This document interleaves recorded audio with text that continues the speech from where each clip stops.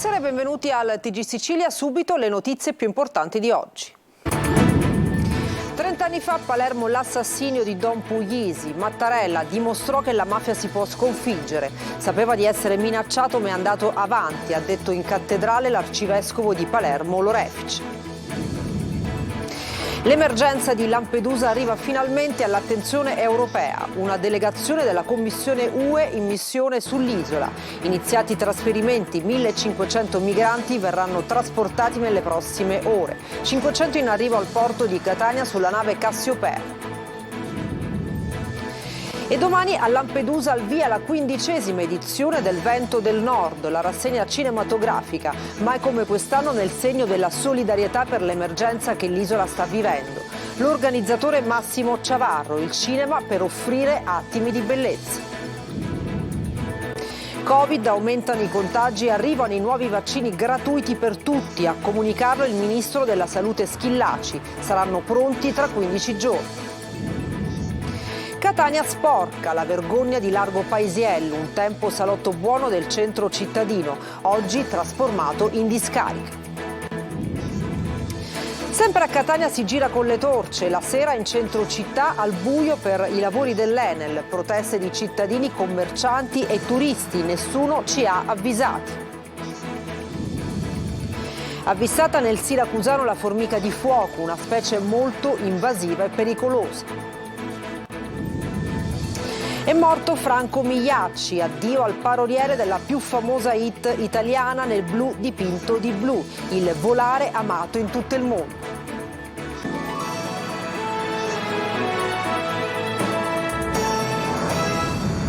Dimostrò che la mafia si può sconfiggere, così Mattarella ricorda Don Pino Puglisi, il sacerdote ucciso dalla mafia 30 anni fa. Sapeva di essere minacciato ma è andato avanti, ha detto in cattedrale l'arcivescovo di Palermo Lorefice. Oggi la messa in suo ricordo con il cardinale Zuppi, presidente della Conferenza Episcopale Italiana. Marco Gullà. Sull'esempio di Gesù, Don Pino Puglisi è andato fino in fondo nell'amore, ha prediletto i piccoli e gli indifesi, li ha educati alla libertà, ad amare la vita e a rispettarla. Sono le parole del Papa che ricorda il beato Pino Puglisi ucciso dalla mafia 30 anni fa. Erano le 20:40 del 15 settembre del 1993, quando Don Pino, che con le sue parole stava scuotendo le coscienze del quartiere Brancaccio a Palermo, fu avvicinato da due sicari. A sparargli alla nuca fu Gaspare Spatuzza in bianchino, prima manovale dei boss stragisti Giuseppe e Filippo Graviano e poi pentito.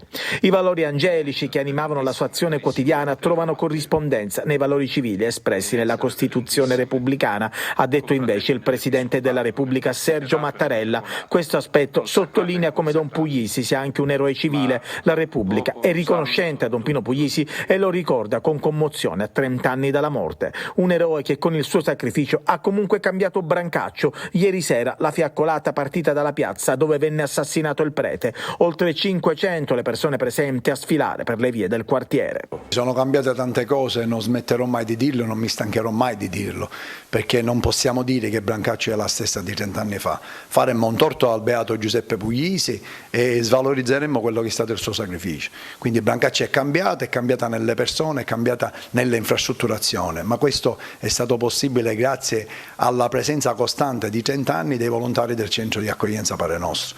Quindi questo è importante dirlo e sottolinearlo, perché altrimenti ai giovani gli arriva un messaggio distorto nel dire che ma dopo tutto questo impegno se non ho cambiato niente, ma allora perché mi devo impegnare? Allora meglio che vado a fare la sentinella, la vedetta della mafia e spaccio guadagnando 500 euro al mese. La solenne celebrazione eucaristica alla cattedrale di Palermo è stata presieduta oggi pomeriggio dal cardinale Matteo Zuppi, arcivescovo di Bologna e presidente della Conferenza Episcopale Italiana. A Lampedusa, in stato d'emergenza, migliaia di migranti in attesa di essere trasferiti. Nell'isola una delegazione della Commissione europea. Arriva l'apertura del presidente Macron. L'Europa non lasci sola l'Italia. La premier Meloni ha invitato la presidente della Commissione europea von der Leyen ad andare a Lampedusa. Giusy Lazzara. I trasferimenti e la disperazione per i migranti in fila dovunque, sui moli per imbarcarsi nella piazza Lampedusa per la distribuzione del pranzo. Per il secondo giorno consecutivo i volontari della parrocchia stanno continuando a distribuire pasta e bottigliette d'acqua alle centinaia di migranti che non si trovano all'interno dell'hotspot di Contrata Imbriacola, dove adesso ci sono più di 4.000 persone che chiedono cibo, un posto dove lavarsi e riposare. L'hotspot è super sovraffollato, le persone hanno dormito in questi giorni fuori dall'hotspot, gli operatori della Croce Rossa hanno anche distribuito delle brandine, però queste persone hanno dormito per strada, anche uomini, donne, perché i numeri erano molto più alti. Stiamo facendo di tutto per cercare invece di supportare i tanti minori soli che ci sono, almeno 300, ma il numero probabilmente è molto più alto, e le tante famiglie con bambini molto piccoli. E l'emergenza di Lampedusa arriva finalmente all'attenzione europea. Una delegazione della Commissione UE è in missione sull'isola per capire quale sia concretamente la situazione, in modo da predisporre gli aiuti promessi nei giorni scorsi. Arriva anche l'apertura del presidente Macron. L'Europa non lasci sola l'Italia. E il ministro degli esteri italiani ha annunciato un consiglio dei ministri e dice: l'Italia da sola non basta. Nella politica siciliana l'opposizione resta critica sugli interventi messi in campo dal governo. Siamo veramente al limite, non solo a Lampedusa ma in tutti i centri di accoglienza della Sicilia. I prefetti sono costretti a rincorrere l'emergenza con affidamenti diretti, temporanei. 1.500 i migranti che verranno trasferiti nelle prossime ore. 500 viaggiano sulla Cassiopea diretta nel porto di Catania. E a Lampedusa domani la rassegna Il Vento del Nord, la maratona cinematografica quest'anno nel segno della solidarietà per l'emergenza migranti. L'organizzatore è Massimo Ciavarro, il cinema per offrire attimi di bellezza. Vediamo. È un vento del nord carico di speranza quello della rassegna cinematografica di domani a Lampedusa, segnata dall'emergenza migranti.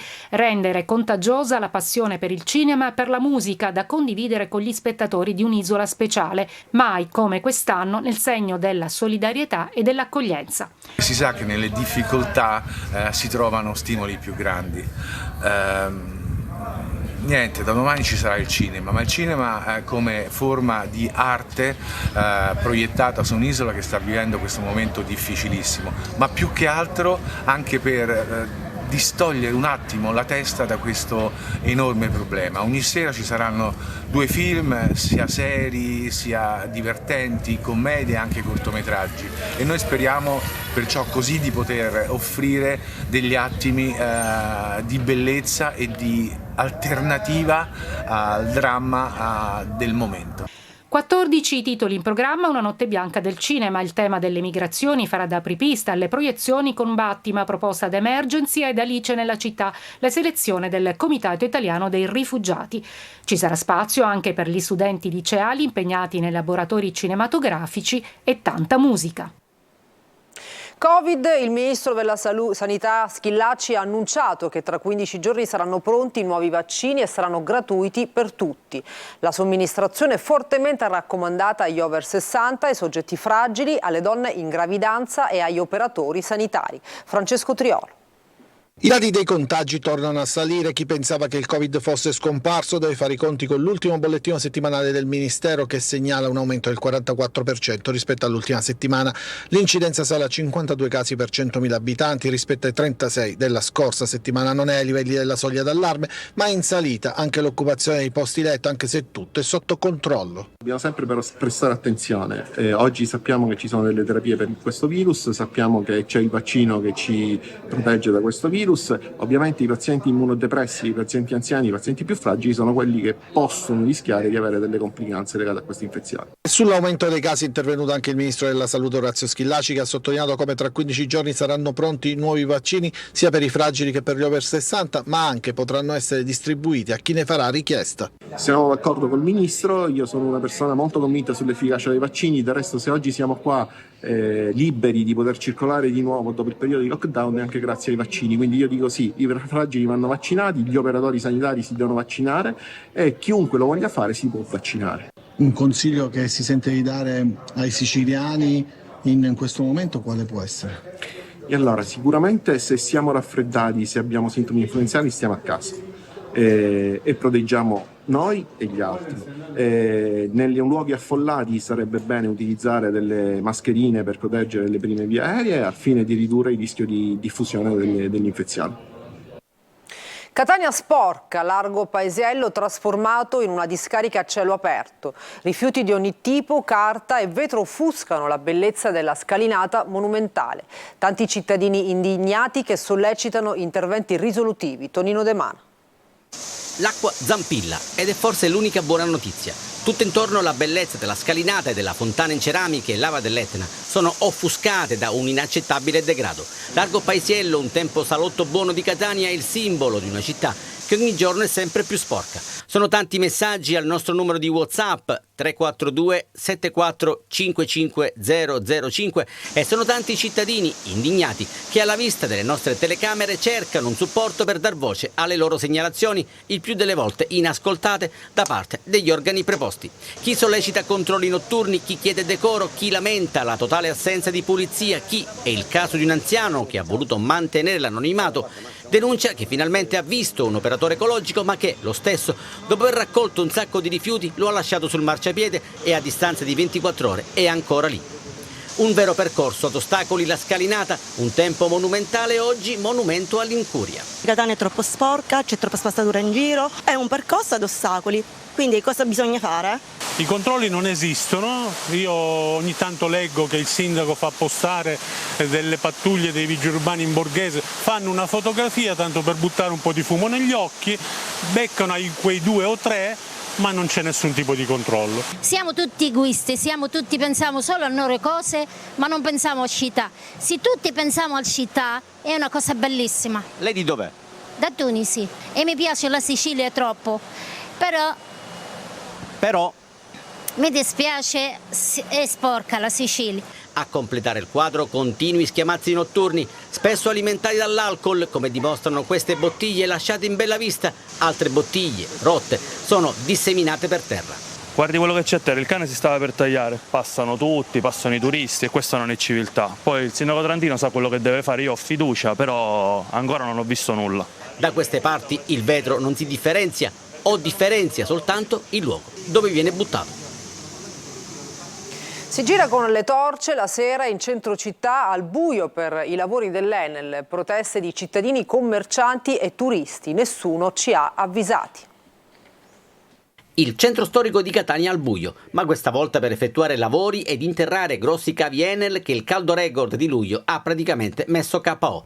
Interventi necessari per evitare nuovi blackout che hanno lasciato senza luce migliaia di catanesi alle prese con una delle estati più calde degli ultimi 2 secoli. Ma anche il classico cartello "Stiamo lavorando per voi", di fatto cittadini, commercianti e turisti in pieno centro, dal perimetro di Villa Bellini a Piazza Stesicoro, sono rimasti ancora al buio ed è polemica perché non ci sarebbe stato alcun preavviso. Attività non informate dei lavori ed neanche del distacco dell'Enel. Molti artigiani e negozianti hanno avuto grossi problemi. Ieri sera addirittura c'erano turisti che camminavano in pieno centro con torce e telefonini perché avevano paura. Minacciano esposti molti commercianti che ieri hanno dovuto far fronte ad una giornata da incubo. E siamo rimasti senza luce all'improvviso, senza nessun preavviso, quindi non abbiamo potuto fare il pane, il caffè, avevamo tanti turisti, quindi non abbiamo potuto fare niente, veniva, mancava, tornava la luce. Tornata la luce, in questo caso del giorno, il segretario della Confederazione di Commercianti ed Artigiani di Catania punta il dito proprio sui lavori che mettono in pericolo i passanti e che, in caso di pioggia, rischiano di creare forti disagi. Il basolato che è stato messo per i lavori vediamo che è stato messo più basso perché nessuno fino ad oggi è venuto a controllare questi lavori, causando dei problemi, specialmente che siamo di discesa in via Cappuccini, delle prime piogge, in quanto saliranno le piogge, dato che sono più basse, il basolato, saliranno sui marciapiedi. I lavori continuano in altre zone di Catania con la speranza che i disagi di questi giorni possano servire per evitare altri disagi come quelli patiti a luglio. Scade l'interdittiva antimafia adottata dalla prefettura di Trapani e la sorella della vivandiera del boss Matteo Messina Denaro può riaprire il ristorante pizzeria. Per effetto della pronuncia del Consiglio di Giustizia amministrativa, l'imprenditrice potrà riprendere la propria attività in attesa della decisione nel merito del TAR di Palermo. La Sicilia come porta d'Europa anche per la formica di fuoco. Si tratta di una specie molto invasiva, pericolosa anche per l'uomo. Al nostro microfono uno dei ricercatori che hanno fatto la scoperta nel siracusano, Francesco Aloi. La formica di fuoco continua la conquista del mondo. Adesso è arrivata a Siracusa, si tratta del primo avvistamento in Europa. L'allarme è stato lanciato sulla rivista Current Biology con uno studio guidato dall'Istituto Spagnolo di Biologia Evoluzionistica con la collaborazione delle università di Parma e di Catania. È la prima volta in Europa che si scopre una popolazione insediata di questa specie così invasiva nel mondo, che fino ad ora era stata solo intercettata con il trasporto di alcune merci come legname in Spagna e Scandinavia. La scoperta è avvenuta in modo casuale grazie alla segnalazione di una persona che ci conosceva, che ci ha inviato delle foto sospette. Noi poi siamo andati a raccogliere dei campioni, ad analizzarli geneticamente e morfologicamente. Apparecchiature elettriche, ma anche flora e fauna. I bersagli di questa formica invasiva sono tanti. È un predatore generalista che non risparmia nemmeno l'uomo. Il suo veleno può causare anche lo shock anafilattico. Il nome stesso formiche di fuoco si riferisce alla dolorosità delle punture che è in grado di infliggere all'uomo e che possono essere pericolose per i soggetti più sensibili, quelli che sono già a rischio per esempio per le punture di api e vespe.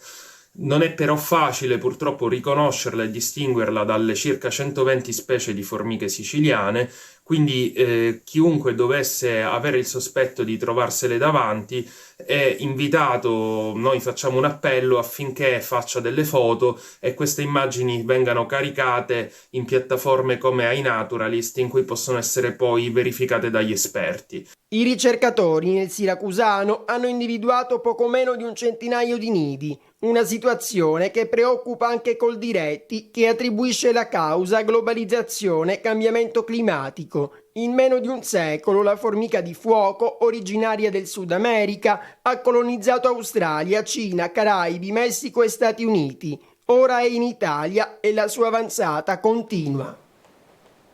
Una breve pausa, torniamo tra poco.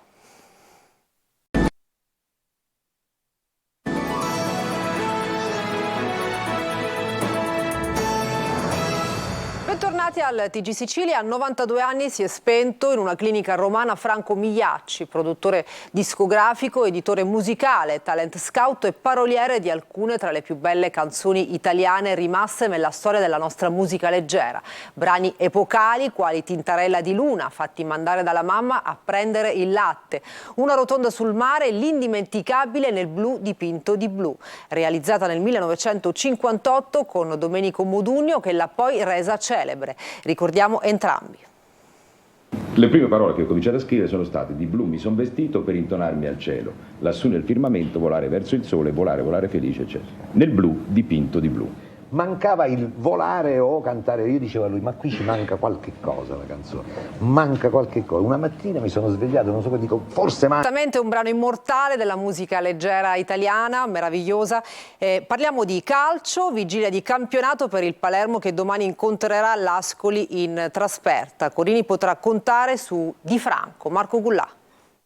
Pochi dubbi e tante certezze nonostante qualche giocatore infortunato. La strada che porta verso Ascoli è in discesa per il Palermo. Per il match di domani alle 14 contro i bianconeri allo stadio del Duca, Eugenio Corini dovrebbe affidarsi per 10 undicesimi alla formazione che ha battuto 3-0 la Feral Pisalò, con l'unica variazione in avanti dove non giocherà Insigne, ancora alle prese con l'infortunio all'adduttore, ma ci sarà Di Francesco dal primo minuto. In porta giocherà Piacelli, mentre il quartetto difensivo sarà composto da Matteo a destra, Crucioni e Ceccaroni al centro e Aurelio a sinistra, con Lund che scalpita per entrare a gare in corso. A centrocampo il mediano sarà ancora Stulez dopo la grande prestazione fornita contro la squadra di Vecchi. Al suo fianco Henderson a destra e Segre a sinistra. Occhio però a Koulibaly, che in settimana si è allenato molto bene e potrebbe insidiare le scelte di Corini. In avanti, come detto, spazio alla Didi di Francesco a destra e Di Mariano a sinistra. Al centro dell'attacco Brunori, ancora alla ricerca del primo gol in questo campionato. Soleri partirà dalla panchina, ma è pronto ad incidere a gare in corso. Ora, il fatto che l'Ascoli, è vero che la prima partita a Cosenza ha avuto parecchie espulsioni, dunque è stata una partita fra virgolette di un certo tipo, dove il Cosenza tra l'altro l'aveva sbloccata nel primo tempo. Le altre partite anche a Modena, che il Modena aveva visto che inizia il campionato, comunque hanno perso 1-0, hanno avuto occasioni per pareggiare. Con la Feralpi hanno fatto una partita importante, tra l'altro l'hanno fatta in casa partendo in maniera molto aggressiva, dunque mi aspetto una squadra che vorrà aggredirci, che vorrà provare a spingere la partita in una direzione per passare in vantaggio. Noi dobbiamo essere bravi e a volte si difende bene anche col controllo del gioco, di conseguenza, a parte quando ce l'hanno gli altri, quando abbiamo la palla, la capacità di leggere quando potremo contrattaccare rapidamente o quando invece dobbiamo consolidare un palleggio per stemperare e rompere il ritmo della squadra avversaria, e su questo in queste 2 settimane abbiamo lavorato. E questo era l'ultimo servizio, per stasera ci fermiamo, grazie per l'attenzione, buona serata.